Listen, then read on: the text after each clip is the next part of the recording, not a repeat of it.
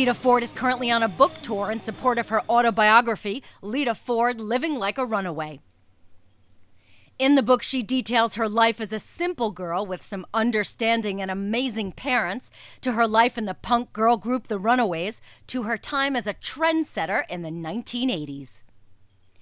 Although lots of critics of the book are focusing on her who's who of paramours, such as former fiancé Tony Iommi, Eddie Van Halen, Ritchie Blackmore, John Bon Jovi, Judas Priest's Glenn Tipton, and former boyfriend Nikki Sixx. Most of all, and importantly, the book has to do with empowerment from a woman who may have been the first solo breakthrough success as a hard rock goddess. Ford proved that she can play with the big boys and hold her own as a solo artist, becoming the first to grace the cover of a hard rock heavy metal publication and establishing herself as a bona fide lead guitarist.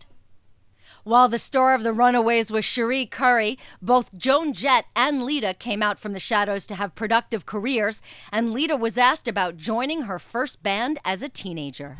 The Runaways were all very different people, and we all had very different likings.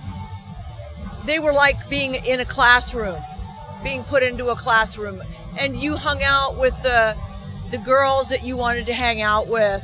And then the ones that didn't, they went about their way. So musically we did too, as well as being friends and having a relationship. But musically, we all went our separate ways too.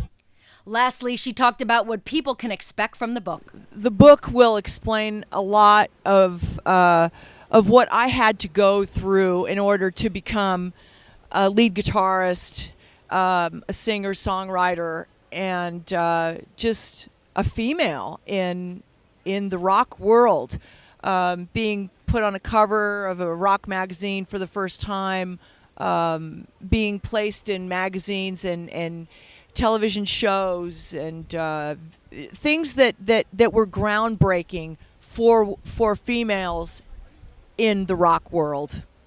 It'll all be in the book.